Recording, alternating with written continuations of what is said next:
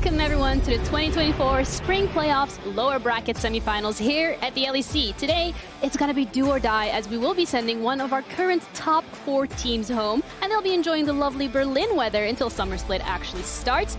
I'm your host, Jeannie, joined this time around with Finn and Broxa. Lovely to have you. Lovely to be back. Thank you for having me. Yeah, great to be here. With Broxa as always, my good friend here to my left. Hey, we have both teams as well. They have arrived here, but I hope everybody had a chance to recover mentally, emotionally, physically, and as well as spiritually from yesterday's games of G2 going up against BDS. We did actually delight us with the first lane swap here in the LEC for this year, as well as some pretty interesting meta picks. Yeah, I think just more than anything, them being able to bring out something different, change up the meta a little bit, was a very cool strategy, especially because their logic was, hey, we have a group of older guys, we're going to prepare them coming into the series with the lane swaps that haven't been played since 2016, and the younger BDS, well, actually were more prepared than I expected, but the idea behind it made a lot of sense. Yeah, and I love the inspiration taken from the NIP game in the LPL. We saw it just a week ago, NIP did a lane swap similar to this. I think the main reasoning to do the lane swap is when you have like a weaker bot lane with a hyper carry and a tank on top, like the Sion. Sion being very comfortable playing in a 1v2 because if they dive in, they can still catch all of the wave. And the Jinx is gonna hit those top lanes so fast and gonna get a free lane and get into a beast late game. And I think they executed super well early game. Yeah, are we expecting that today? Today maybe a little bit more brawly, you know, blow for blow? Probably a little bit more chaos, fighting, team fighting, skirmishing, what we're used to. But we'll see, you never know. Well, we're used to in EU, right? Yeah. And Vitality will fight you. You don't have a choice. You can choose if you want to fight back or not, but they will fight you. They will drag you down into the mud with you and brawl it out. That sounds like a lovely time here at the LEC that we're going to be heading into. But first, another lovely thing here was our friendship with Smolder has ended officially. Congratulations for that. But a new dragon is in town, and that's our friendship with Aurelion Sol. It's a champion that has been picked here multiple times in the playoffs and is yet to lose a single game. I mean, he's a very weird position right now because Aurelion Sol, as fundamentally, should be a late-game scaling beast. But he also has a really strong level 1-3. So what he can do is he can trade really heavily on the first waves and actually put himself in a lane state that is favorable for him so he can get to that late-game position more easily. You usually see it into the Seer most commonly because Seer doesn't really have the damage early game to fight him back and push him off these waves. Yeah, I think that's the key part. Before Seer was like the monster pick that every team would prioritize, but now with Aurelion Sol into him, the mid lane meta has not exactly shifted, but A Sol is 5 wins and 0 losses, and Azir all of a sudden is now sitting on a negative win rate. Yeah, we're looking at Azir particularly with this Aurelion Sol matchup, and from the sounds of it, it's like if you want to go up against Azir, then you have to lock in the dragon. Yeah.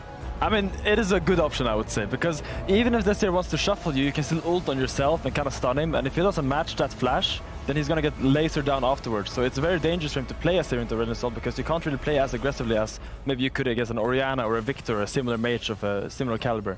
It's also one of the few champions that actually is way stronger than Azir in the late game. Like, you cannot outscale an Aurelion Sol. That ultimate hurts.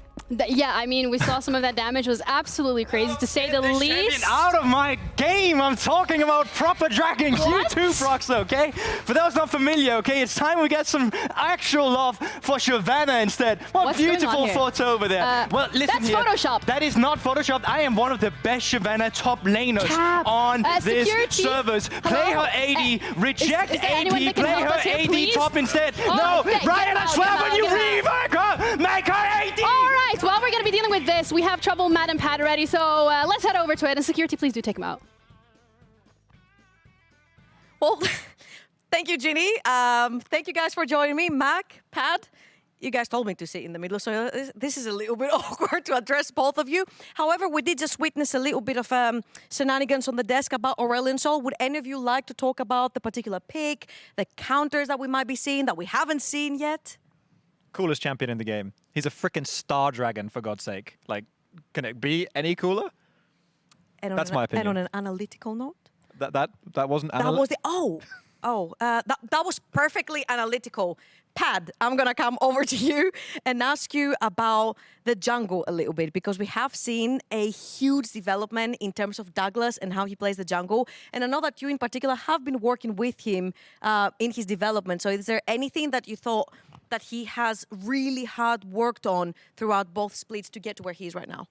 I think a lot of it has really come down to making sure that he's developed his champion pool, which we can see. Like, it's so much easier to draft like spring than it was in winter.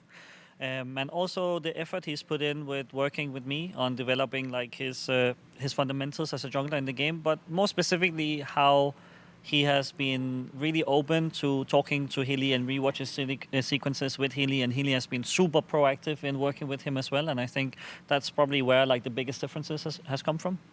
It's great to see Healy and Douglas working together. And on the subject of Healy-sang, he was there when all the lane swaps were happening. All these seasons ago, he was there. He's seen it, he lived it, he played it, he's done it all. I'm going to come straight to you, Mark, because there are rumors over in the ERLs. You know, G2 brought into Europe the whole lane swap thing. Scrims today are ending in 10 minutes. You know, everyone's trying lane swaps. If it fails, you go next until you get it right. And yesterday, we kind of saw BDS scrambling to try and figure it out. What is your opinion on the lane swaps? I mean, it's a completely different way to play the game, right? And the metrics that you normally use to track kind of your success in the game, like your laning metrics and your CS upkeep and stuff like this, just don't really count anymore.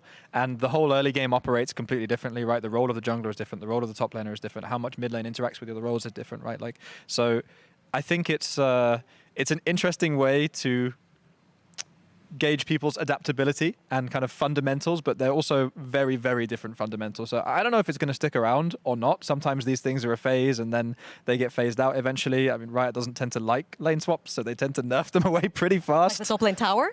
For example. Yeah. So they tend to get kind of zapped by the nerf gun pretty fast. So honestly, no idea if they're going to stick around for long, but it's really fun to watch when it's new.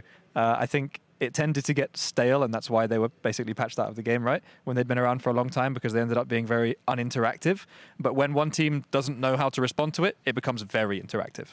Well, and your team tends to be very, very interactive, especially in the early game. So thank you so much, guys, for joining me. It's a pleasure to talk to both of you every single time. Best of luck versus your best of 5 in Fnatic versus Fnatic.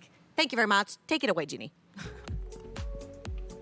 Thank you so much, Trouble. All right, Fnatic going up against Vitality. I feel like lane swaps at this point, right, it's just like a phase, maybe not. But I want to talk about the stakes particularly, because we're looking at Fnatic and Vitality. They're currently one of our top 4 teams. And most importantly, if they want to make it to MSI, what do they have to do?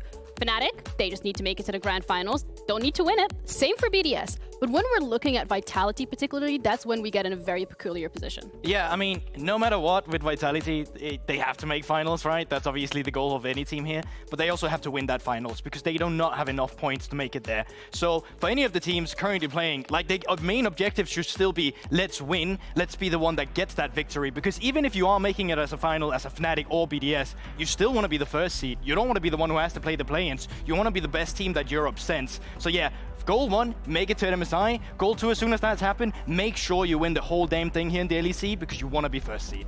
Sounds like a lot of pressure on the shoulders of these teams. And when we're looking at Fnatic against Vitality, none of these teams are strangers to pressure, right? They've had it before. But I also want to like poke your brain a little bit and have a quick pop quiz question. Try to say that quickly. But when's the last time that Vitality went up against Fnatic in a BO5 series? Okay, I'm just going to throw out a number. Yeah. 2019. Oh, actually, that's pretty close. But it was in 2021. So like you're 2 years off. Man. It's fine, don't worry about it. Okay. So it's been a while since they actually played up against each other in a series, and it seems that is very heavily favored in Fnatic's favor. I mean, yeah, it doesn't really look good when I'm looking behind Broxah Nope. right now. We were talking about BDS G2 yesterday in terms of how difficult it was for BDS to kind of overcome this demon that's been G2, but obviously Vitality and Fnatic are 2 teams that's been in the European stage for a lot longer than BDS has, for example, and as it currently looks, not looking too good for Vitality here. I'm just happy there was a series in 2019, so my memory is not entirely horrible. But And you won it! Yay! Congratulations! But I think the Vitality we have now might be very different than the iteration back then. Usually they looked really dominant during the regular split, but they were like pretty one-dimensional and kind of struggled in playoffs when they had to adapt, whereas this one, they have so many crazy strategies, so many strong players, and I think going into the series is so hard to say what they're going to draft, and that makes them a really scary team. Yeah, and particularly for Vitality, but also so much the case for Fnatic. If they have a lot of arsenal in their power, and that's particularly that bot lane that we're going to be looking at. Noah going up against Karzi. Both of these AD carries are great in their own rights, and they're so adaptable. Yeah, absolutely. I mean, there are 2 AD carries that made it to an international just last year for Worlds, right? But the pool for MSI is just that small, so for any of them to miss out on it would be such a devastation. But they're also so different in terms of what kind of play they actually brings to the Rift. Noah's been very happy to be on the scaling subject of these champions, but I think Karzi's just such a complete AD carry with all the wacky picks that he's able to bring out, all the different kinds of style that they can also adapt to. So it's really going to be interesting to see which one of these AD carries will bring to screen today. For Noah, it looks like he's #1. And I think that's a good point. Like, if you're on Vitality's side, most of your pressure in the early game comes from that bot lane, and you need Huli and Karzi to be in a good position so Huli can roam, kind of guide Douglas throughout the rest of the early mid-game, and then everything comes together. Whereas Fnatic, they have really, really strong mid and jungle that would usually push them forward. So if they can survive bot and go even, they should consider that a win.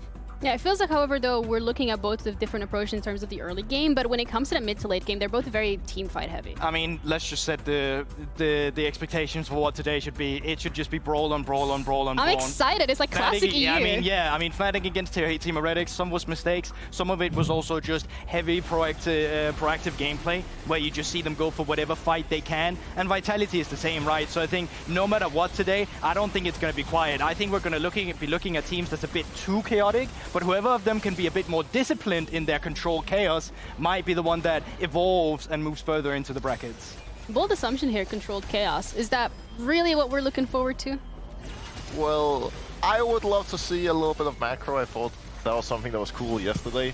Like, there was actually a lot of, smart decision making and rotations that led to fights. Whereas the last time we saw these two teams play, they did fight a lot, but a lot of it was more like see champion, kill champion kind of mentality. Yay. I think now that they've rewatched that, they're going to be able to level up their gameplay. So they're still going to be aggressive, they're still going to be proactive on both sides, but they're probably going to be a little bit more mindful about the risks they're taking. I think that's hopeful thinking, though, because I think it's easier said than done what you're presenting, Broxa. I do think, I think you're right, though. Like, that's obviously the stakes that these two teams should be taking, but I think both of them has struggled heavily with it throughout playoffs, where I think that throughout regular season, we have seen in their best of ones how controlled and dominant they can look, but that's just not been the case in playoffs. I think it's going to be baby steps moving forward in this series, where they're going to be testing each other, they're going to be evolving. I don't think any of these two teams are going to come in with a 3-0. I think it's going to be very up towards the game of 5 kind of rest. Realistically, you don't have time for baby steps.